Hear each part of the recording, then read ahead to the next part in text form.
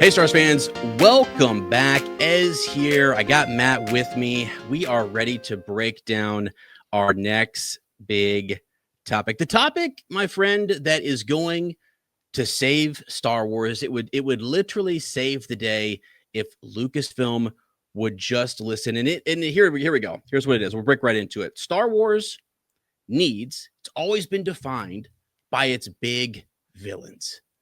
Who's the big bad? Who is the next big villain that they could bring to the screen? And so I introduce to you the return of the Yuuzhan Vong. The Vong, Matt. Bring him back. Oh, God. Dude, I told Matt, I said, give me 5 to 10 minutes to just explain what this means and what this could be for Star Wars. Full disclosure, I know the story of the Yuuzhan Vong and I've read most of it, but my full reading of it was probably when I was like 16 years old. I mean, it was like, as they were coming out in the library and checking them out, and I wasn't even reading them in order. And so since then, it's like a 14-book series, dude.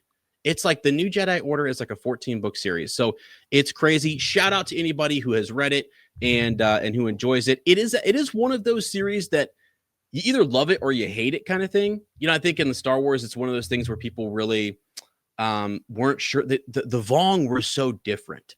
So what I'm going to introduce to you, let's just recap real quickly. So in the last episode, Matt and I were talking about the Darth Maul show.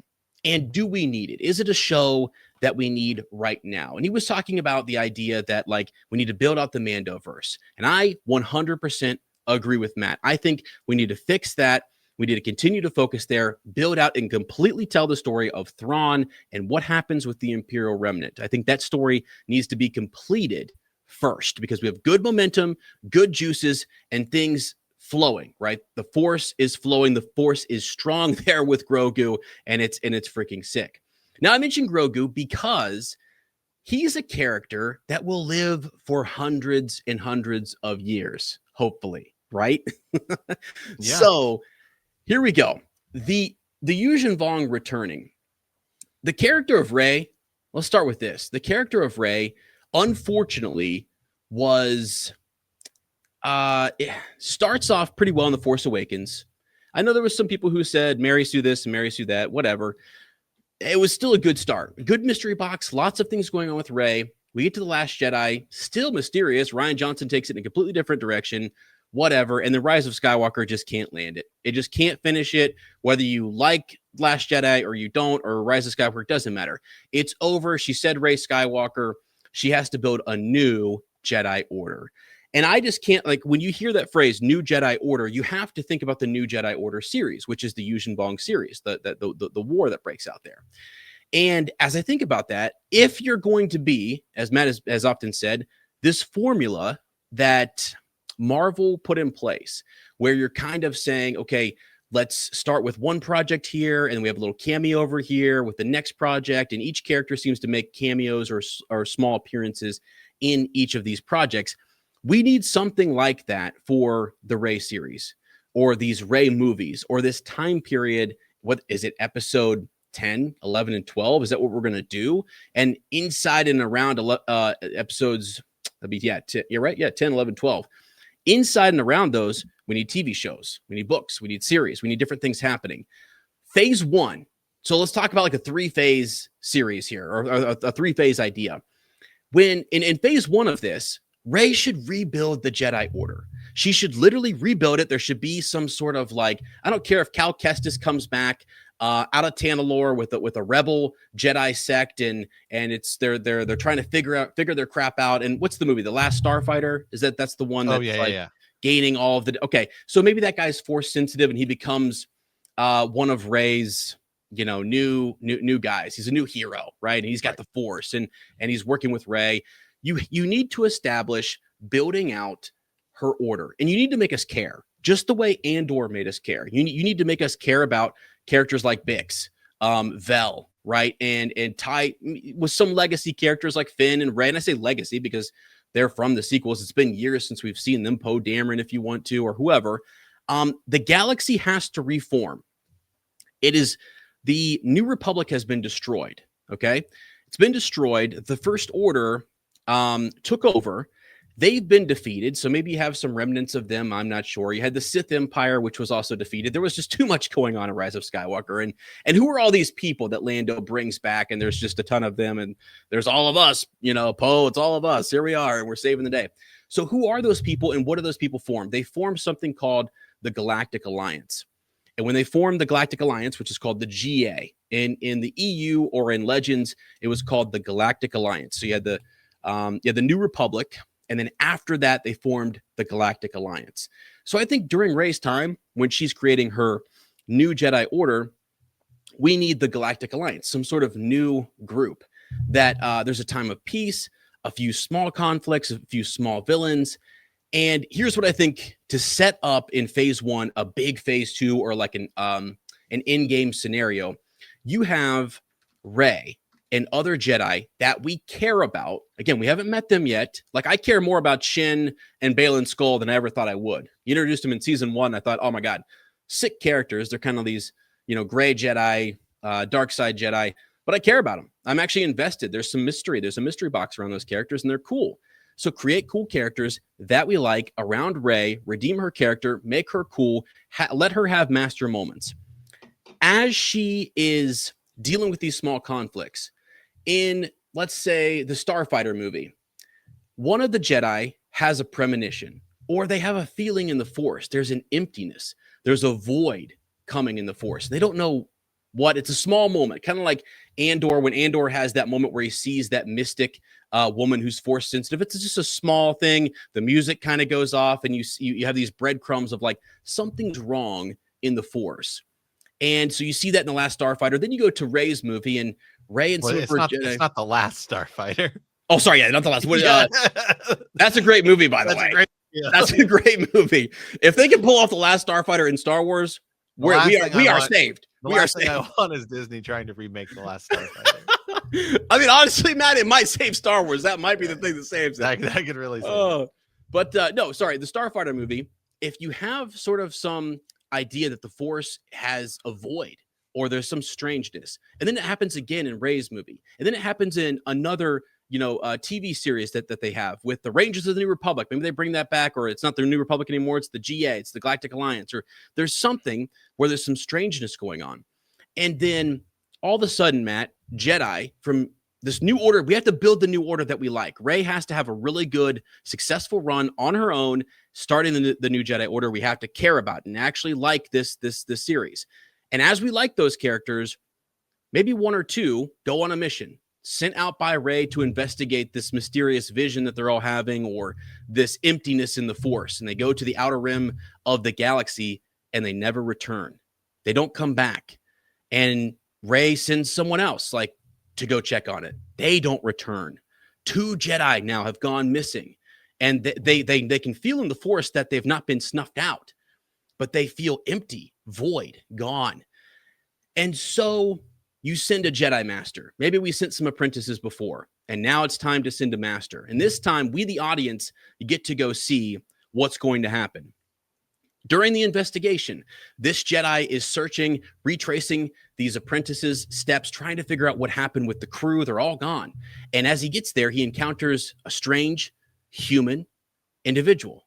And it just looks like a humanoid person, just regular miner or security guard, whoever out there who's trying to also tell him what happened, but something's strange, something's off. And as time goes along, this humanoid individual is trying to actually either deceive or mislead this Jedi Master. And the Jedi Master gets wise to it. But there's something strange. He can't sense this individual. Sometimes this individual walks up and scares him, or jumps, and he's not aware of him in the Force. And out of nowhere, on one of these missions, this Jedi Master ends up in conflict with this person, whoever he is, and they fight. And as they fight, he starts to realize that he goes to push him with the Force, and it doesn't work. He tries to Force pull. It doesn't work. He starts to use the Force on this warrior who's in human flesh, just like you and me, and nothing works in the Force on this character. Now, chills, right? The Jedi have the Force, right? Yoda talks about it, right? My ally is the Force, but the Force doesn't work on the Vong. It doesn't work. And so after he defeats this Jedi Master, who we love, has to be a character that we love. We care about this Jedi, and he's killed because another humanoid, another individual, walks up behind him, and he could not sense this person in the Force. He was caught off guard, and he's killed by these two Vong warriors.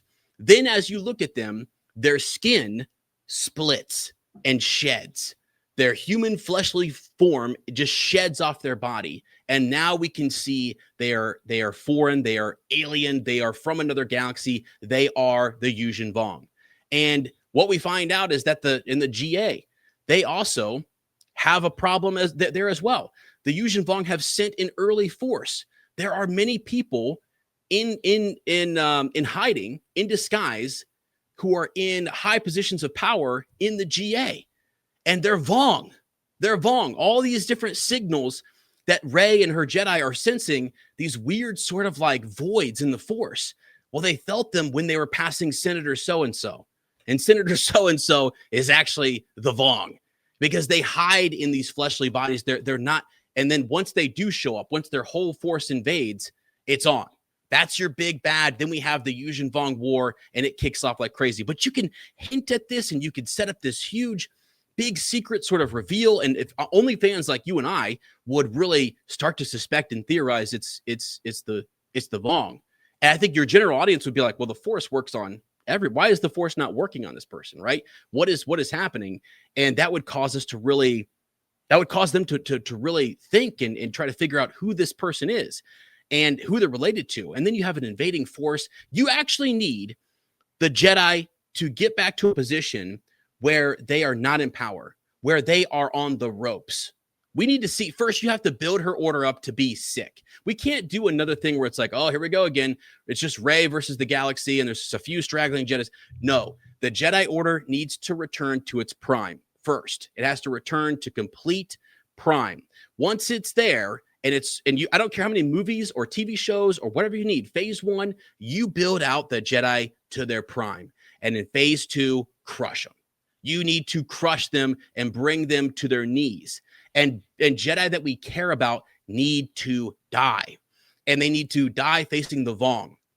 And another thing that needs to happen is in phase 1, when the Jedi are telling the GA, the Galactic Alliance, their leaders, you need to start preparing a military. We can sense in the Force these entities or this void or this emptiness, this nothingness coming towards our galaxy. We don't know what it is, but we are afraid. The Jedi are accused of fear-mongering.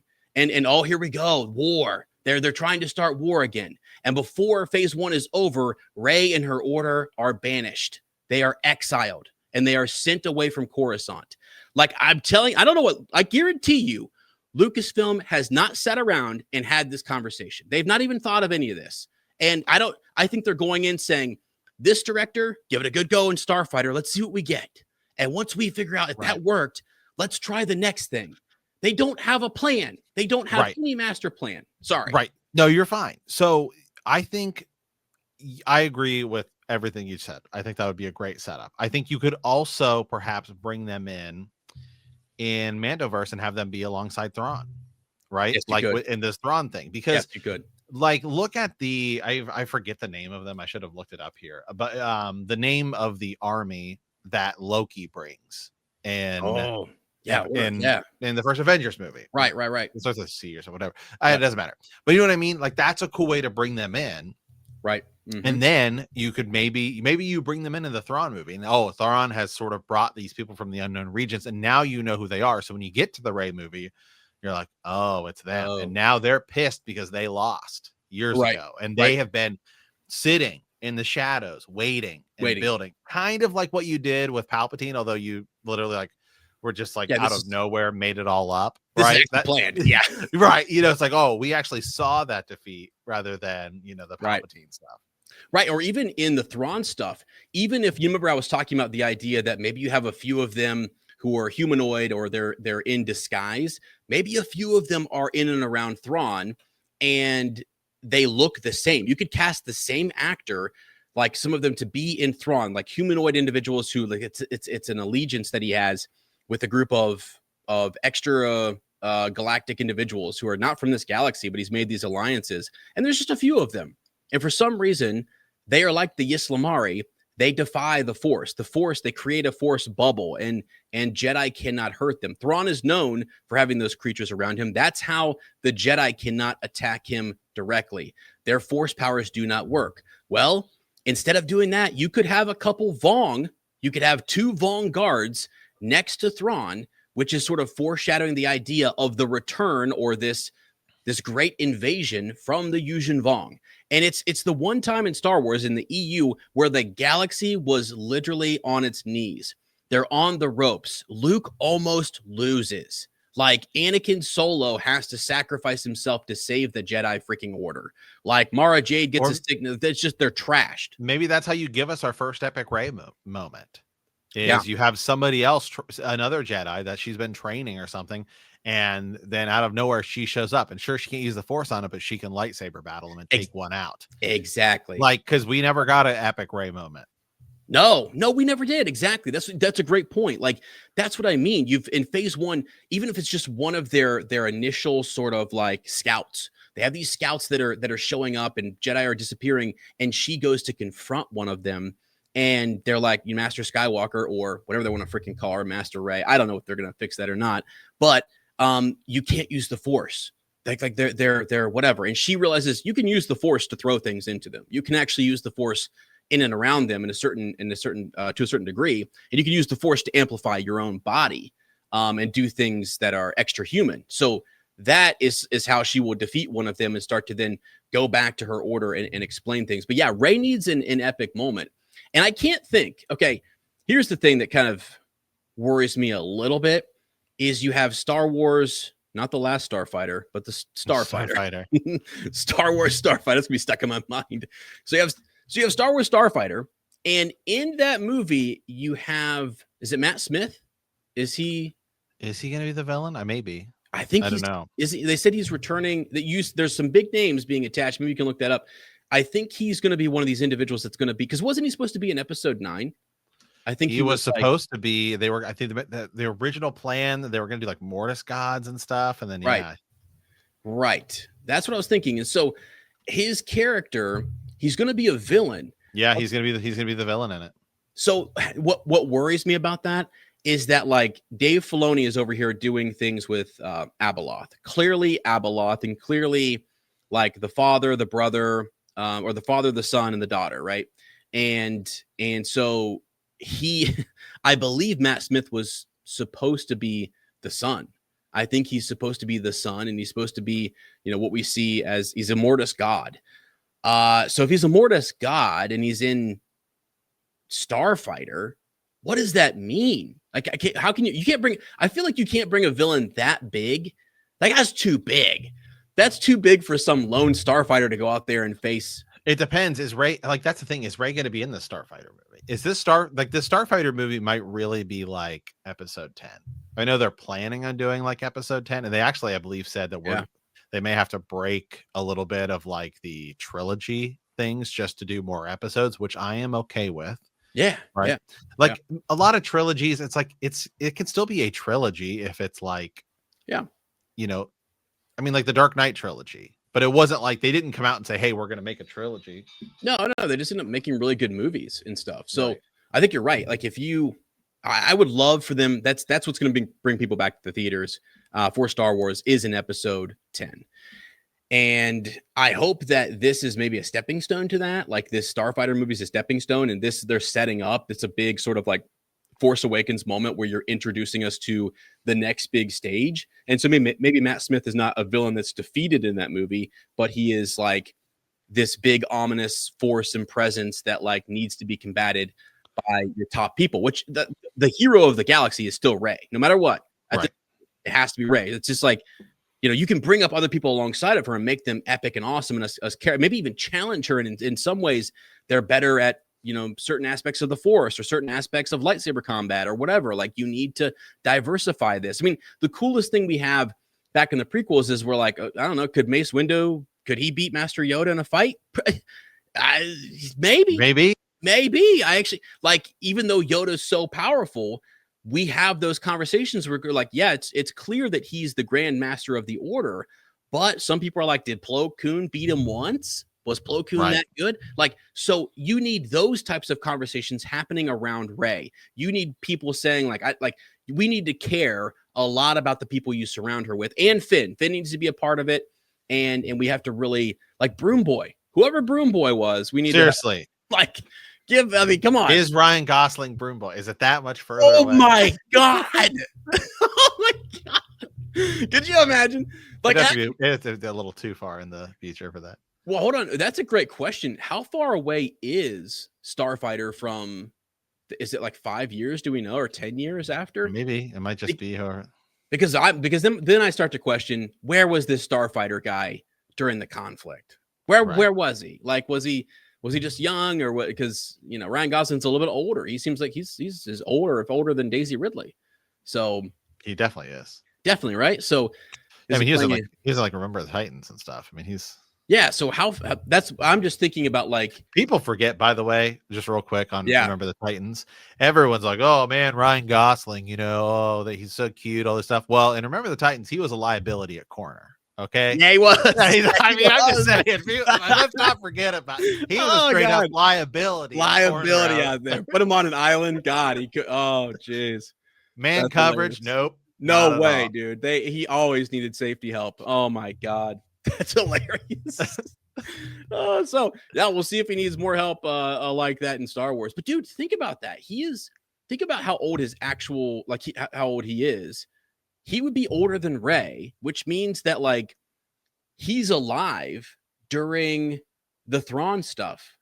He's alive during it, or he is young, but he's alive. He's got to be as old as like Ben Solo or older. So that's odd. That makes me wonder, like, was he an old New Republic starfighter guy, or what's his backstory? Because that's where I don't know. That's where I start to get worried and start questioning Star Wars and Lucasfilm.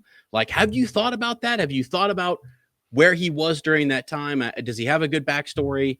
And how far is this past Rise of Skywalker? So I just want there to be a plan, man. That's all I wanted to lay out. Like, if I can sit here in 5 to 10 minutes and sort of start to map out, like, this project is going to have this conflict, and then this one, and then here, and they're all interconnected, and we start to kind of get in a room. I don't care if you have certain directors go and direct these things, but they all need to be on board with the plot points and where this is going. And there needs to be an end game. That's the thing. You have to have some sort of end game to all of this and know where this is going to conclude, and what tragedies you want to see. This idea of just letting these characters grow, it's like George R.R. Martin right now. So just things are growing, and we don't really know where it's going, so we can't really finish it. Well, and this is I agree with you, and I think the Yuuzhan Vong is by far the easiest enemy to bring in, because I think like stormtroopers and stuff like that, like it gives us a good break from that. Yeah. Right. And that's why, like, I do think exploring the crime syndicates a little bit more and like giving us another kind of faction to go against is a great idea.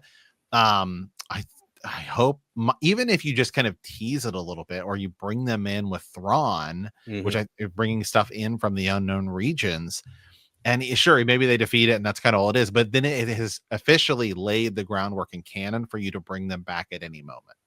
Yeah. Yeah, for sure. That's a great point. And the reason I say the Vong, and because you have, like, with the Chiss Ascendancy, they're facing this enemy called the Grisk, and the Grisk is it's to the point where Thrawn he's very worried about them, and he's so worried about some sort of. And that's canon. The Yuuzhan Vong are legends. The Grisk is canon, but as far as we know, the Grisk might just be the new Yuuzhan Vong. They might be. Right. That's what people have. That's what people have been theorizing since that. Right. And I wouldn't mind if Disney needs to call them something different, as long as you give them. I think Grisk is a better name, to be fair. Yeah, Grisk is easier to kind of say. Yeah. Yuuzhan Vong, it gets a little it's a little too nerdy. And the names, and the names of those individual characters are very hard to say. Like, that's why there's not a lot of audio versions out there of those books, because you read it and you just make it up in your mind, and everybody says, like, Supreme Leader so and so, and they're all a little different. But yeah, go ahead and whatever, change it, call it the Grisk, give them names that we can understand, and like let's put them in opposition to Rey and her order, or some invading force from another galaxy, but give them that force defying thing. The Vong were so evil and they were so wicked and twisted in their ways that the force avoided them. The Force created a void around them. It wouldn't touch them. I mean, it's darker than the dark side. Like, if that makes sense. Like, dark side users are like, I wouldn't go this far. And the Vong are horrible.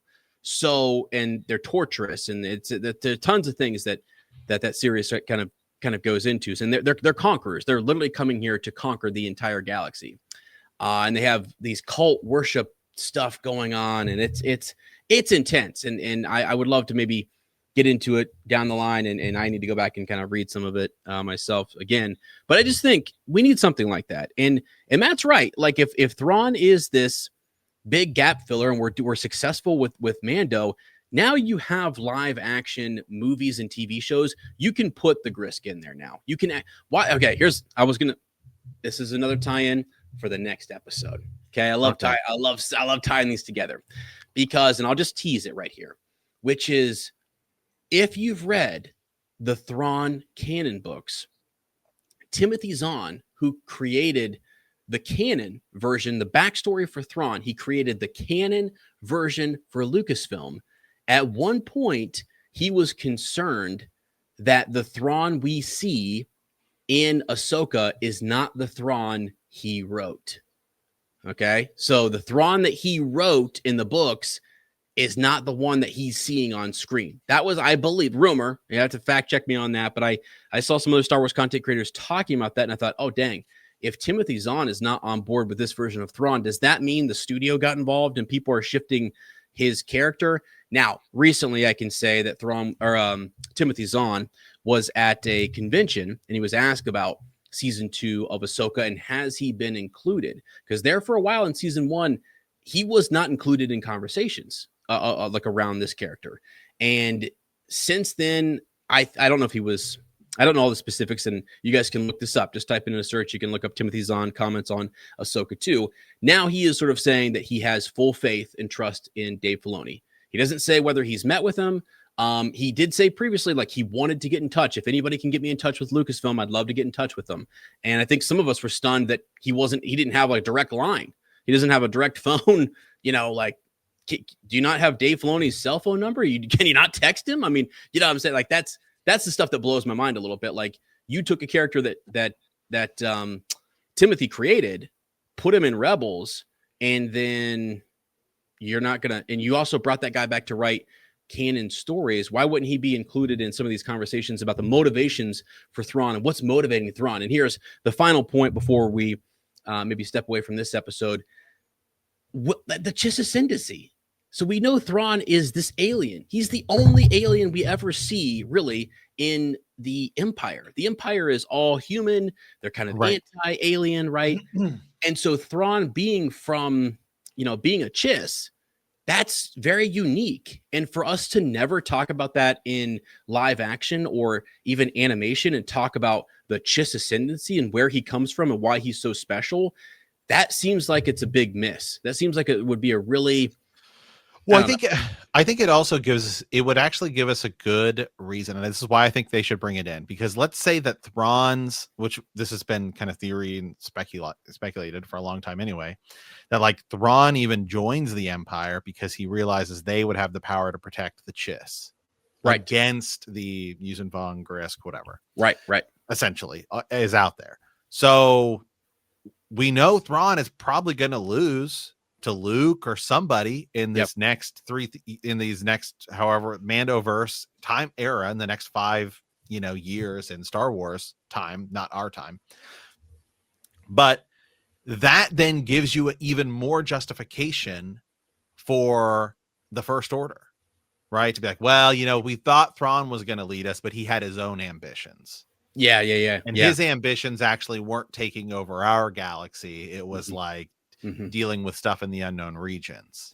Oh man, that's actually really that it would actually serve as a great tie-in to actually help promote the First Order as not just being essentially like the First Order even tried something, because that's something else we haven't really seen. We've seen a little bit of it, right? In Mando, where they're talking about like, the Empire. And that's why I go back to Bloodlines, which I think is one of the greatest Star Wars books ever, where that guy is talking to Leia and he's got all these like Imperial like artifacts and stuff like that. And because the First Order like built up more, because when you get to Force Awakens, they're big, like they're a big deal. They're big. So we still have to see that building somewhere. And I think that would Right. actually be maybe one of the catalysts is, well, you know, Thrawn had his own thing. He was trying to deal with the Grisk and all this other stuff. And his focus wasn't actually reclaiming our galaxy. It was like taking care of his homeworld people. Exactly. Right. So that kind of, I think that gives you a good, would be a good segue. And then if you bring them in and you lose, you know, that threat's still out there. And then maybe it's almost like Thrawn was right.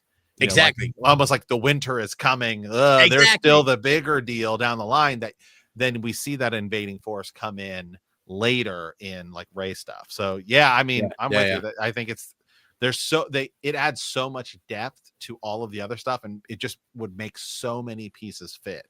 Yeah, for sure. I mean, here, we'll end it like this. When Thrawn is killed, and he's killed by either Ezra, Ahsoka, Luke, whoever, and we have this zoom in moment, and he's there with their lightsaber. He's laying there. I think it's got to be Ezra. I think it's got to be Ezra too. Yeah, and so as he lays there dying, kind of like, you know, how Obi-Wan was holding Darth Maul, and Darth Maul and him have this final exchange. Thrawn is laying there. Somehow he's outwitted or smarted or whatever. Who knows? It's the catalyst, as you said, for the First Order and these different things. But his dying words to Ezra Bridger, something to the effect, or something around the idea, I was never your true enemy. I was never your, you know, like I was never your true enemy. And he's barely able to get the words out as he's dying. And so that weighs on Ezra. He starts to maybe investigate the Chiss ascendancy. Where did he come from? What was his journey? Why was he in the Empire? Who was this guy? What was he fighting for? That's actually the one cool thing Eternals did with Thanos.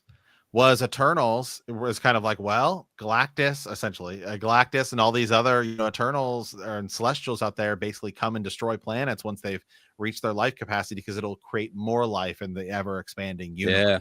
Yeah. And so it's like, well, maybe Thanos, his, you know, and by doing it, how many planets did he actually save? How many people did he actually save by, you know? So it's like, you know, it's kind of like an interesting question that you could pose by doing it. Yeah.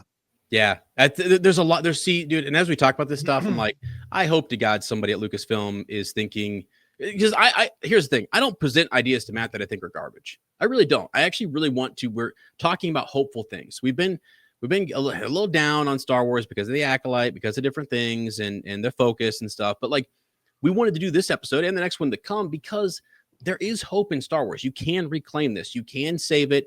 Andor starts that. I mean, Mando started it, actually, to be honest with you. Mandalorian started to do that, and then Andor did it. We need to gather momentum, and we need to move in the right direction. We need to finish this off and head into a Rey series with a lot of momentum and a lot of things set up that are teased so we can theorize. And when the internet is theorizing about a villain and what's happening and where things are going to go, that's when it's awesome, right? Matt and I covered Game of Thrones for years, and like that is season after season. You had no idea what was going to happen next. We'd even passed the books at one point. We go, I ain't got a clue what's going to happen here. And so you have to watch it. It's must-watch TV, and that's what we need with a big villain like this being teased in the Thrawn series and coming back again with Rey and her new Jedi Order. So there we go. Okay, well, guys, hey. With that, I want to thank you for hanging out in hyperspace. Yeah, stay tuned for our next episode, as we'll be talking, more of this, really just where do we go in Star Wars? I think that's really the big question right now as we wait for next year in Star Wars, right? Because there's really nothing until next year. I know. Just crazy. It feels it feels so weird. It's like the last time it was Star Wars was this dry was like before Disney bought it. Exactly. So it's so weird. So be sure, hey, as always, send us your thoughts, for any or questions, comments, concerns, anything, any ideas from a galaxy far, far away. If you like this podcast, don't forget to subscribe, like us, write a review, or send us a comment or transmission, I should say, at hyperspacehangout@gmail.com. All right, friends, we appreciate you guys. May the force be with you. And as always, remember that traveling through hyperspace ain't like dusting crops.